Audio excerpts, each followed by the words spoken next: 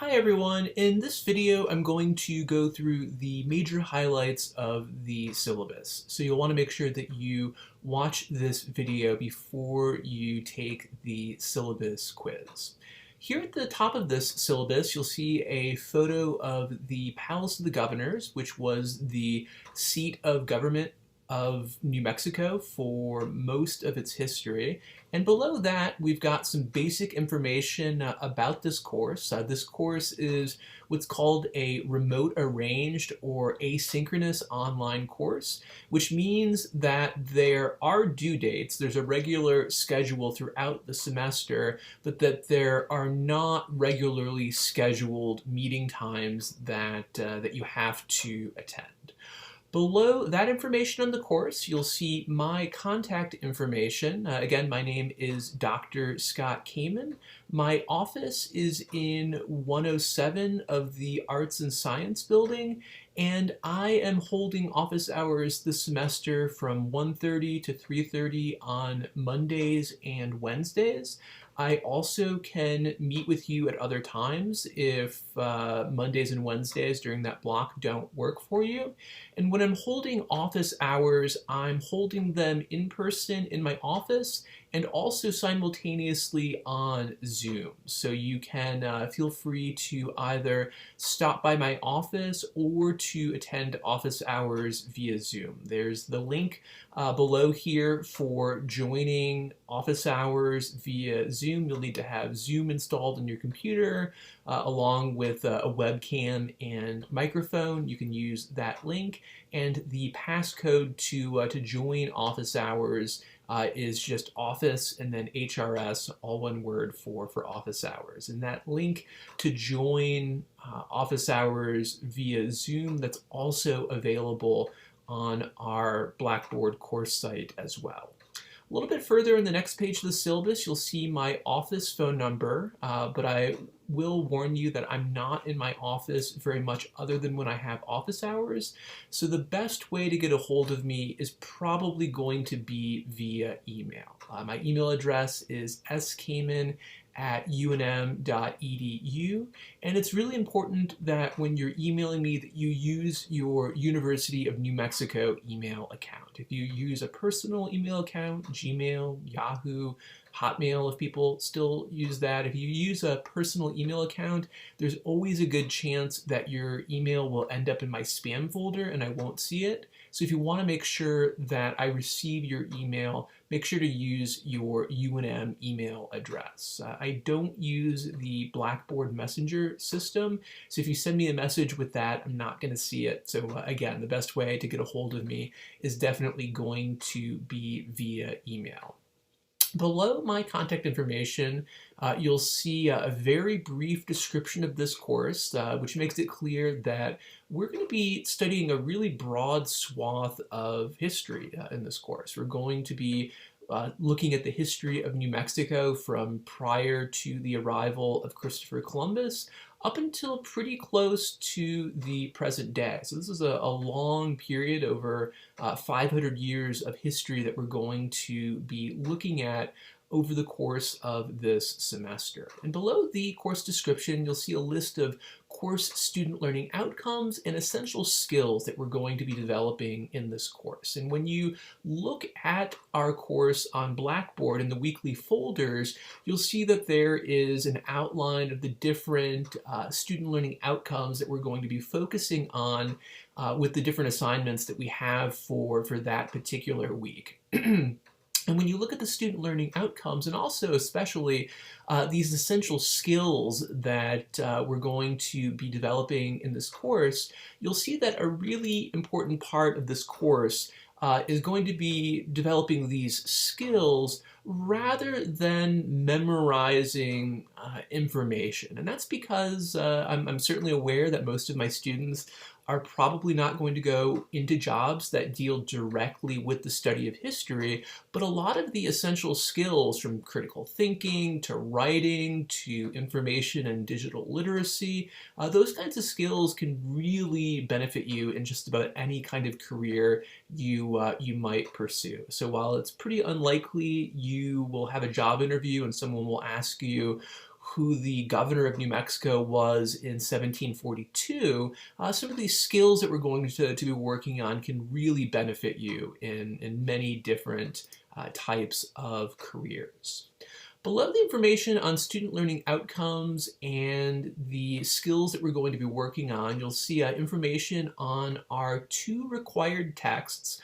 Our textbook is Sanchez, Spud, and Gomez's New Mexico, A History.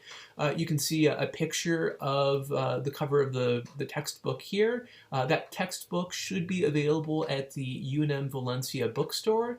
And we also have, in addition to the textbook, we have Leslie Marmon Silko's memoir, The Turquoise Lodge, which will serve as the basis for the short essay assignments that I'm going to talk about in just a little bit. And there also will be some readings that are not from the textbook that we'll have in some weeks, and those are going to be PDFs that will be made available on Blackboard, and those are noted in the course outline. They're in bold to let you know that those are going to be PDFs that are up on Blackboard rather than the reading from the textbook that we have most weeks. A little bit further down in the syllabus, you'll see a note on our schedule, and one really important thing to keep in mind when it comes to this course is that this is an 8-week course, which means that we have half the amount of time that we do in a traditional 16-week course, but we still have the same amount of work to do. We're not doing any less work because it's an 8-week course, and so that means that there is a pretty heavy amount of work that we have each week. And so you need to make sure that you're prepared to devote the time to doing the reading and doing the work that's going to be necessary to succeed in this course. A bit further down the syllabus, you'll see information on technology requirements, technical skills, correspondence, and etiquette. So this course, because it's a traditional asynchronous online course, it is conducted entirely over Blackboard. And as far as hardware and software tips, I would heavily recommend that you complete the work for this course on a traditional desktop or laptop computer. You can access Blackboard using most smartphones, but you're going to be doing a fair amount of writing in this course and trying to type out an essay or a response in the tiny touchscreen keyboard of a phone.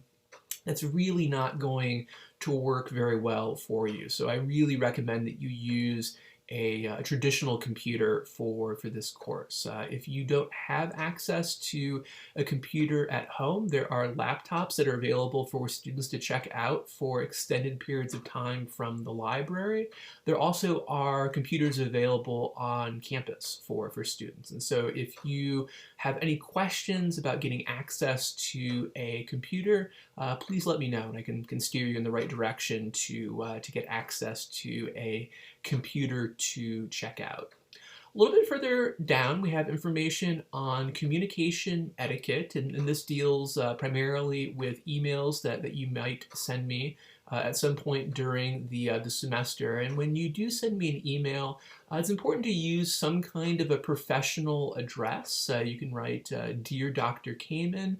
It's just important to keep in mind that writing an email to your professor is not the same as texting your friends. And so you don't want to say yo and then start with your email. You want to have some kind of a proper address, and also you want to sign off with your name with your email as well. And I ask for you to write your emails in this kind of a professional manner, not because I'm self-important or because I want to be unnecessarily difficult, but because writing professional emails is a really important skill for almost any kind of career path you might pursue. And so it's important to get some practice doing it in a course like this. Further down, there's information on what's called netiquette, which is basically etiquette in online interactions. And this is particularly important when it comes to the online discussions that we're going to have in this course. It's important to keep in mind that the people that you are communicating with online are real people, even though they might just be a name on your computer screen. And one thing that's really important to keep in mind is that it's really important to remain respectful of other students in the course.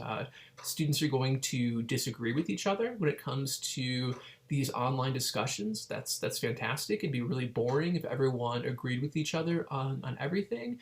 But it's really important when you disagree with someone, you can challenge their argument, you can challenge their ideas or their assumptions, but what we're not doing is attacking each other personally.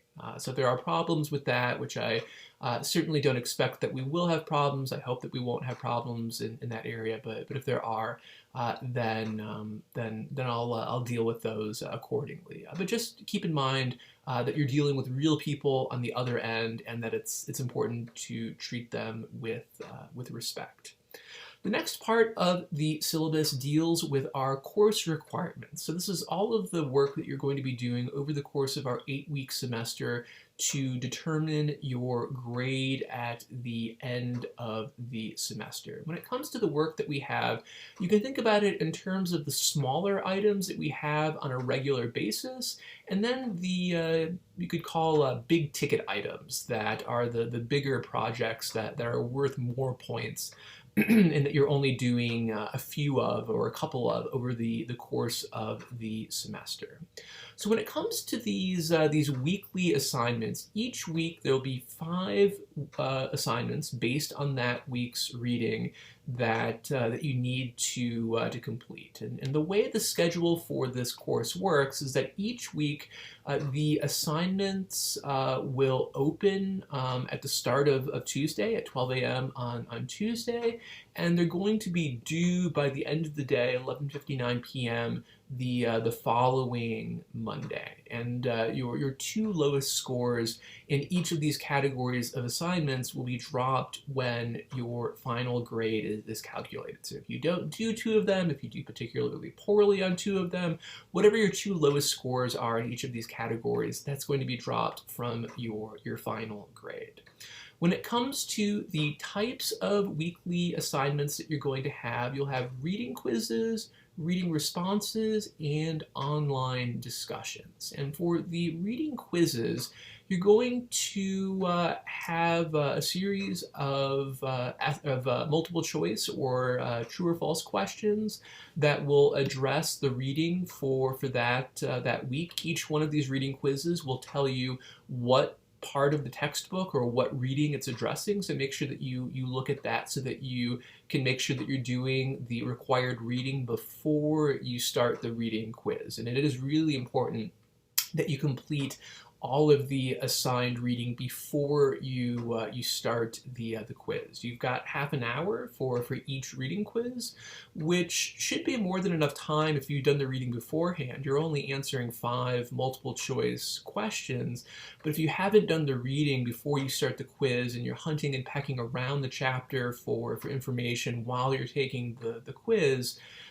then that's not going to be enough time. So you really need to make sure you do that reading beforehand, because once you start a reading quiz, that timer starts ticking down, and when half an hour is up, Blackboard will submit whatever you have done at that point. The reading responses are similar, except that instead of multiple choice questions, you're going to be responding to a prompt about the assigned reading. These prompts are generally very open-ended. You can answer them in a lot of different ways. They're not gotcha questions that are looking for one specific piece of information, and I really don't split hairs when I'm grading the reading responses. As long as you're heading in the right direction with your reading response, you will get full points for the reading response. But just like with the reading quizzes, it's really important that you do the assigned reading that reading response addresses before you start the reading response. You've got 15 minutes for each reading response. You're only writing a few sentences, so that should be more than enough time to write the few sentences that you'll be writing.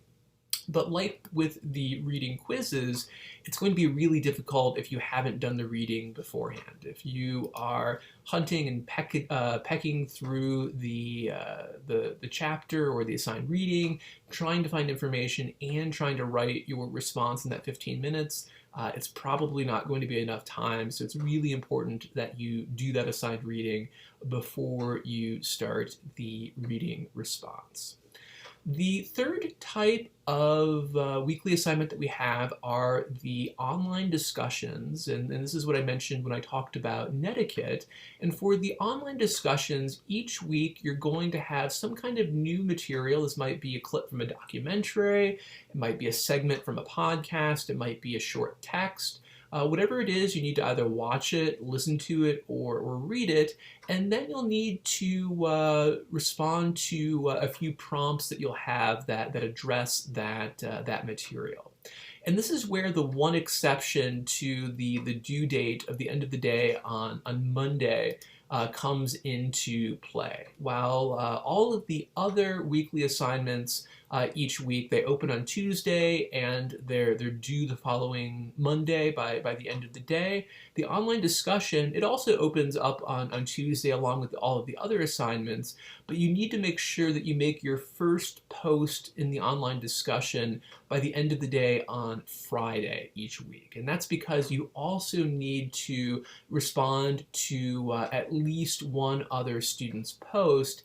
And if students aren't making their first post by Friday, if everyone's doing it at the last minute on Monday, it really doesn't provide much of an opportunity for students to actually respond to each other. And for your response to another student, it's important to engage in some kind of substantial way with what another student has written. You need to do more than just say you agree with the person who posted before you. You need to engage with what they wrote about in some way. If you do agree with them, why? What did you find convincing about what they wrote? If you don't agree with them, why don't you agree with them? Make sure you're explaining why you agree or disagree with the post that you are responding to. I'm going to be posting an online discussion grading rubric in the syllabus and course documents section. You'll also find it in the weekly folders for the first couple of weeks of the semester. That'll give you some more detail on what you should be aiming for when it comes to posts in the discussion forums in your responses to other students' posts. So I mentioned before that we've got the smaller weekly assignments, and then we also have the bigger ticket items. And when it comes to the big ticket items, we have 2 exams, and then we also have 2 short essays that you're going to be writing. The 2 exams that you'll have over the course of the semester will consist of short answer identification questions and essay questions. And I know a lot of students don't like written exams, but I will say in my experience, students almost always do better on written exams than multiple choice exams. Multiple choice is all or nothing. You either picked the right letter or you didn't.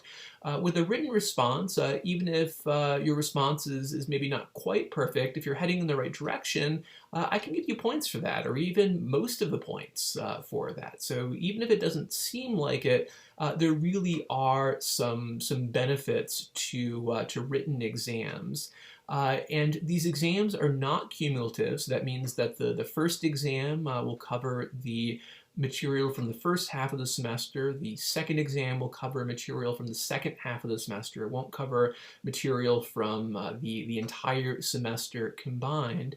And for both of these exams, you'll have a study guide that you'll be reviewing in the online discussion forum. I'll be recording a review video where I go through the items that had the most requests for discussion, and I'll also talk more about the format for the exams there, so you'll know what to expect when you sit down to take the exam, which you will be taking on Blackboard, just like all of the other work that you'll be doing in this course.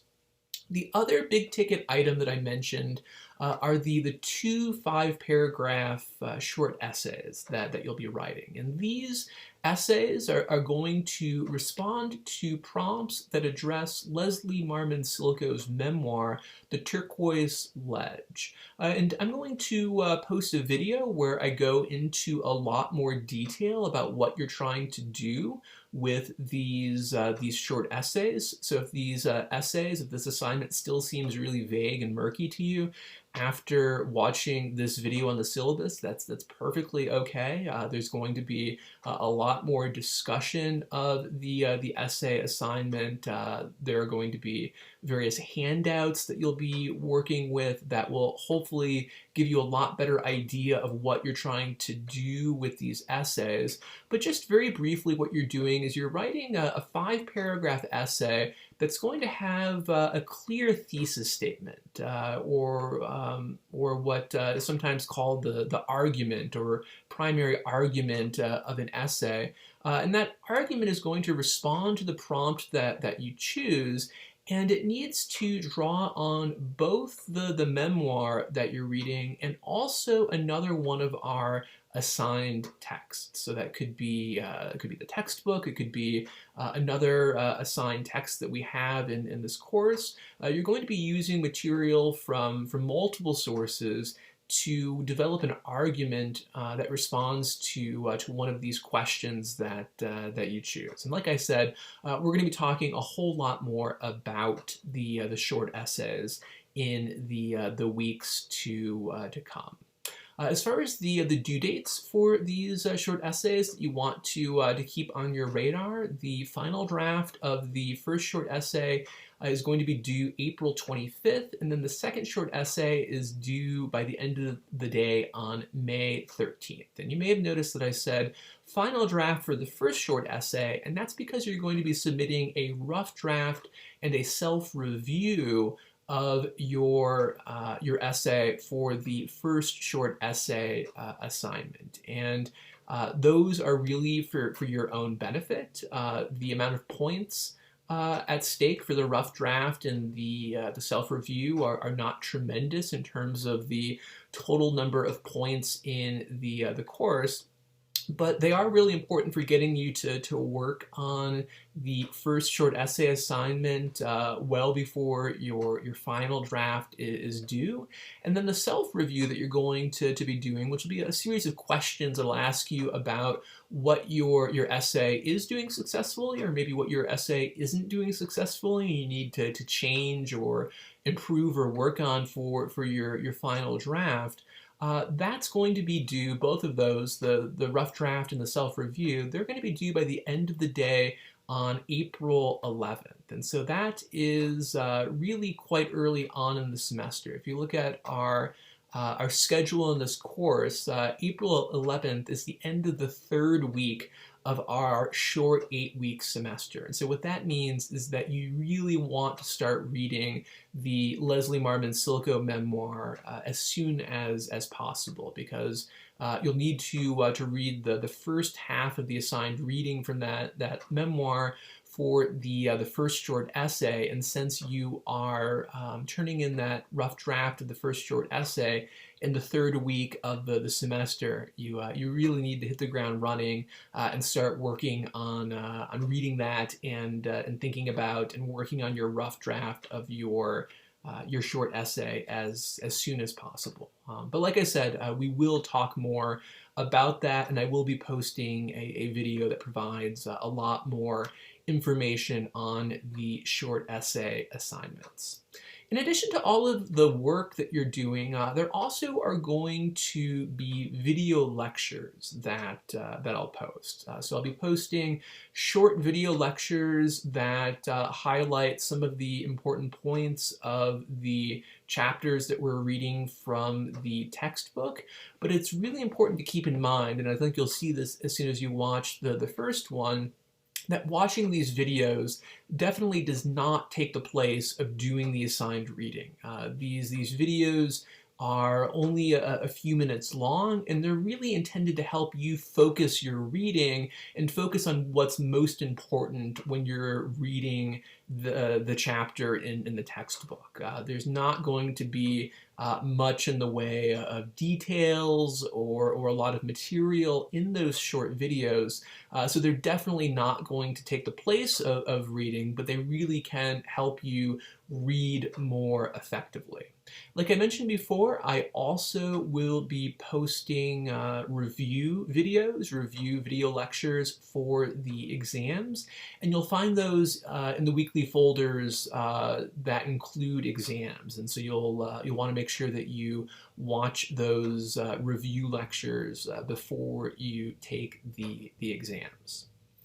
Now we're going to talk a little bit about the policies for this course. And the first one of these deals with late submissions of work. You can submit the weekly assignments, the reading responses, the reading quizzes. You can submit those up to a week late.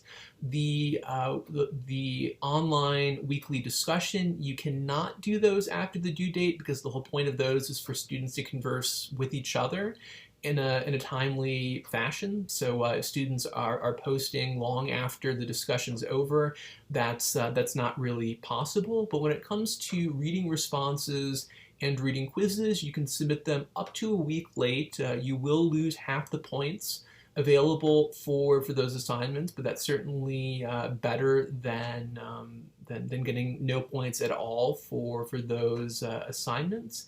And for the short essay assignments, you can submit those up to 1 week late, and you will get an automatic deduction of 1/3 of the possible points for the essay assignments. And so what all of this means is that it's really important to keep up with the due dates in this course and to make sure that you are submitting assignments on time so that you don't lose points for late submissions.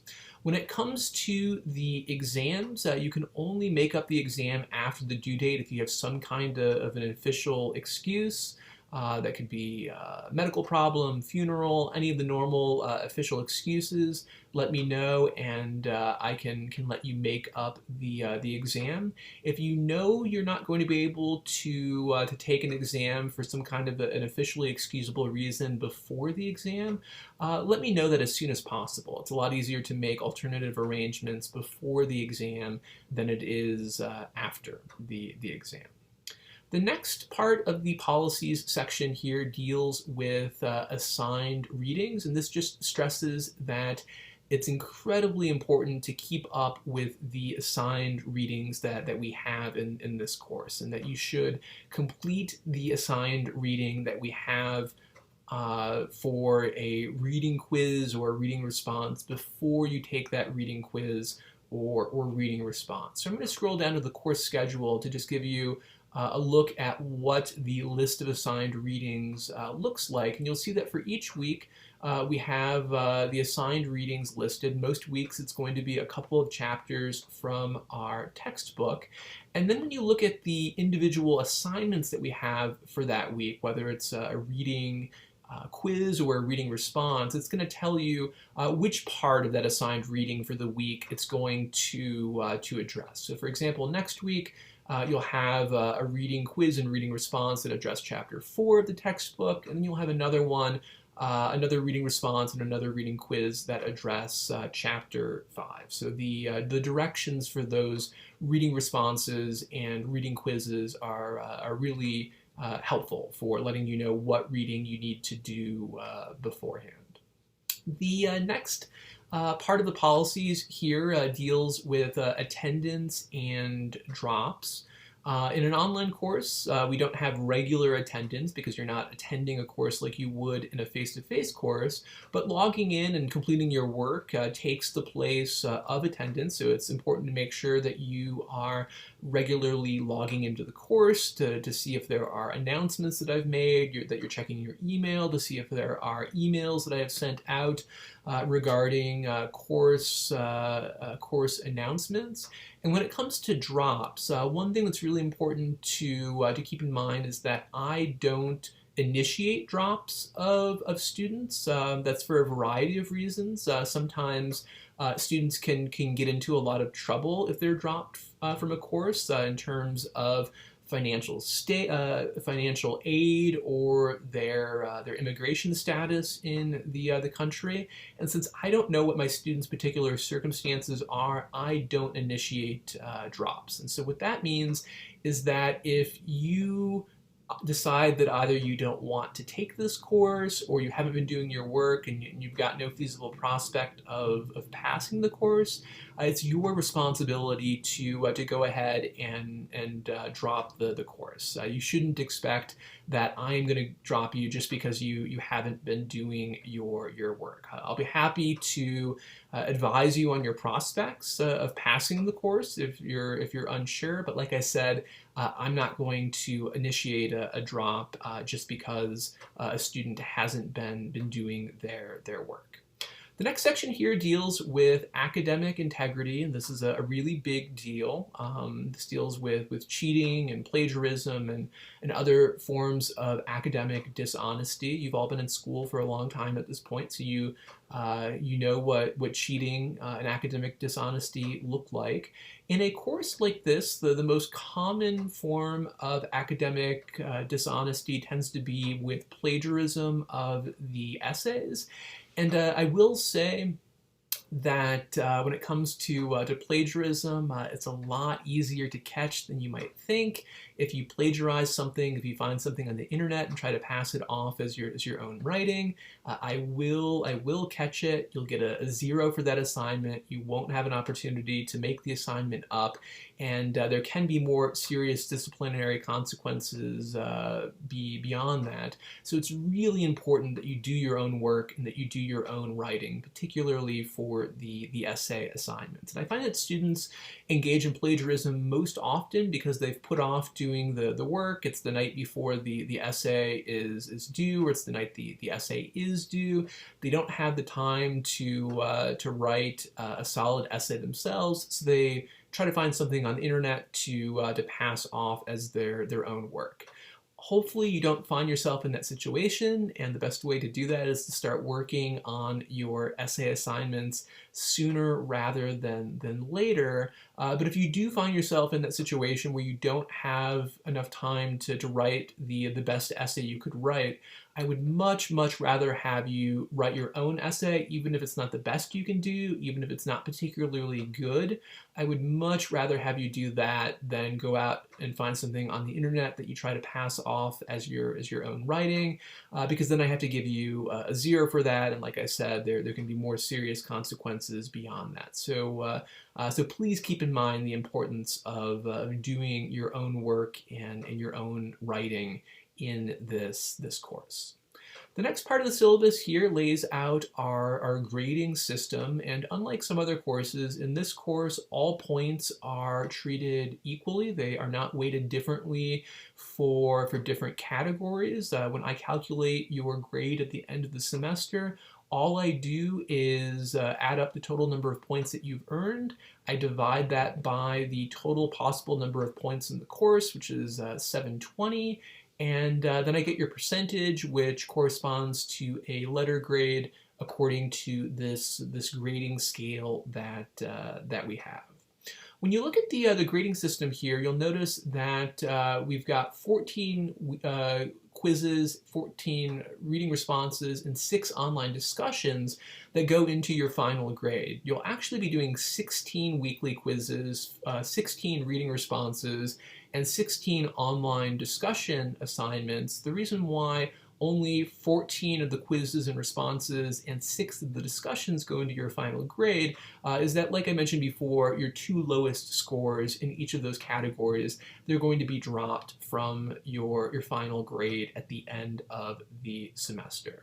A little bit further down the syllabus, we have information on extra credit, and it just lays out that when I offer extra credit, I offer it to every student in the course. If an individual student approaches me after an exam or an essay because they didn't do as well as they would have liked and they want an extra opportunity to make up some points, my answer is going to be no. I don't offer individual extra credit assignments to individual students, but I will be offering at least one, possibly more extra credit opportunities to everyone in the course.